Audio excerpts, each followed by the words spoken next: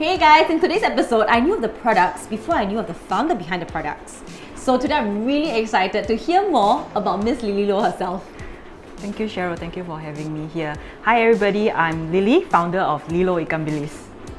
Okay, so Lily, my kids have been eating Lilo Ikan Bilis, the mushroom powder, the kombu powder, and even now in our soups and in our food, we use it on a daily basis. And I know probably more about your products than yourself. Can you share with our friends a bit more about yourself? Right. Hi everybody, I'm Lily. I'm 36 this year and I started Lilo in 2017. We currently have our own SFA licensed factory in Singapore, manufacturing this goodies for children 6 months. What made you start this business? Right. My daughter, Lauren, she's 5 years old this year. Initially she has problems eating. Yeah, that's right. She's a very picky eater, refused to eat much, etc. So I remembered my late mom making these powders for me. So I just trial and error, and it worked on her. And I started to give out to some of my mommy friends, and they said, "Hey, wow, it's quite good, and it's very convenient for busy mummies like us." So I started to build a career on this. That's right. So this recipe is a recipe from your late mom. The idea is from her, Yeah. but I started to experiment with different kinds of ikan bilis from different countries, you know, and I want to find the best ikan bilis for my daughter, you know, and at what temperature, or even, you know, what's the soaking time, etc. So there's a lot of trial and error in getting the best so-called formula to make the best powders. That's right. I think it's very heartwarming, you know, when I hear stories of like their own moms inspiring them, and then their own kids. You know, I think it's that whole camaraderie of family and family spirit. I think that is something that really creates wonderful, wonderful products and companies and stories. So it's so nice to hear that it's really, you know, from your mom that inspired you, and your kid and your daughter that also made you and push you to want to do it. Yes, that's right. Yeah. But I heard that you are a stay-home mom as well. Yes, I was a stay-home mom for 2 years. Then, because Lauren came along, I do not have help, as in like my mom is gone, and my parents-in-law, they are in Australia. So I was kind of the last line of defense. You know, when kids are sick, we need somebody to take care of them. Yeah, and I do not have a domestic helper as well, right? So it's very difficult. I made the decision to, you know, want to spend more time with my daughter. That's why I actually quit my job. I've been working all my life until she came along. So it was like a game changer. That's right. So I was a stay-home mom for 2 years. Subsequently, I started on Lilo because I thought, hey, this is something that I want to do, because to be very honest, a stay-home mom is also very tough. You know, you don't really get social interaction, right? And of course, I want to be independent financially as well. Yes. Right? That's why I embarked on this journey.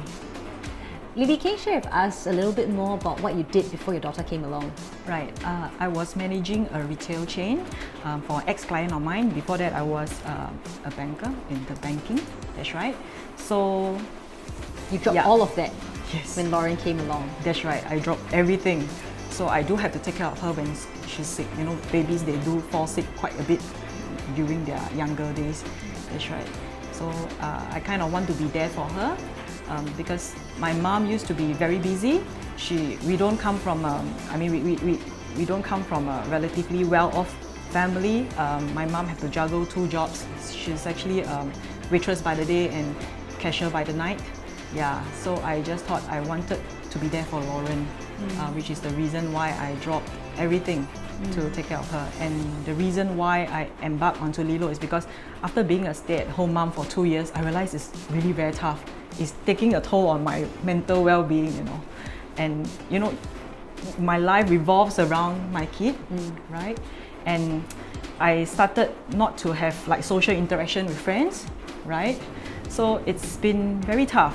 So I started to do Lilo, right? Then I said, hey, maybe I can build a career on it, you know, build a business on it, and also to spend time with my kid, you know. So I'm trying to juggle this. Yeah, that's right. So talking about juggling between work and family, how do you do it? I think this juggling thing, it's imbued in us, mummies. I guess you're also juggling, right? Trying to survive. Yeah. So we are still winging it. Yeah, You know, yeah. every day is basically about energy management and time management as well. Yes. Right. I will try to keep time for her once she's home. Yes. Right. And during the time when she goes into childcare, I'll just focus on the work. And we kind of get to be more productive because of the short time that we have during work. Yes. You know, and of course, we need to keep our sanity, right? So sometimes we have some me time after they sleep, right? We'll be scrolling phone, Yeah. aromatherapy. I'm a very typical mom actually. Yeah. Yeah. So we are still really trying to wing it, to be very honest. We just get stronger, you know, we just get stronger along the way. That's right. I do agree with you, and I think I like what she said, not just about time management, but energy management. That is so true. There are days that I'm just completely drained, and there are days that I can still make it, you know. So I think, yeah, energy management is very important, to not to waste energy on the unnecessary things and to keep it for the important things. And we do become more productive, you know, when we become moms, because we have a lot lesser time. So anyway, what do you love about your job? What I love is when moms came to me and said, hey, my kid is eating better, you know, like they call it pixie powder, magic powder, and they said, you know, wow, thank you for making this product, their kid is eating better. I think it's something very close to my heart because I've been through it and I know the struggle of trying to feed our kid. And you know, you go through the whole process of buying organic pumpkin and stuff like that, and you don't eat anything.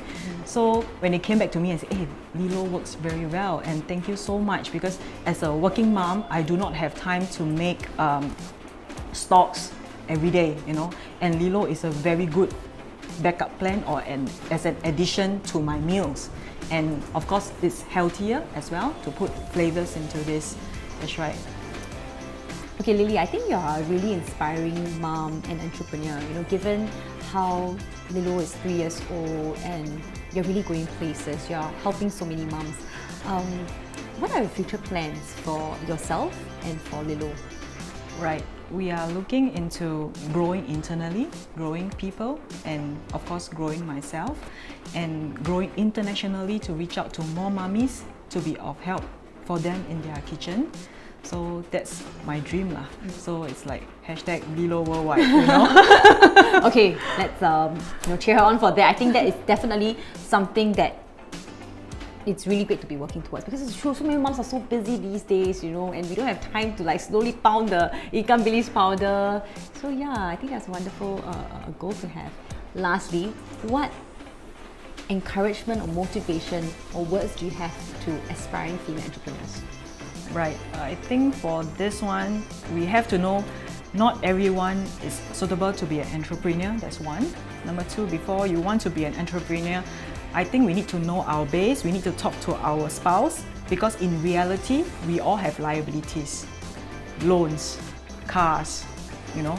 We need to talk to our spouse whether, you know, can we handle this or not? And two, give yourself a timeline.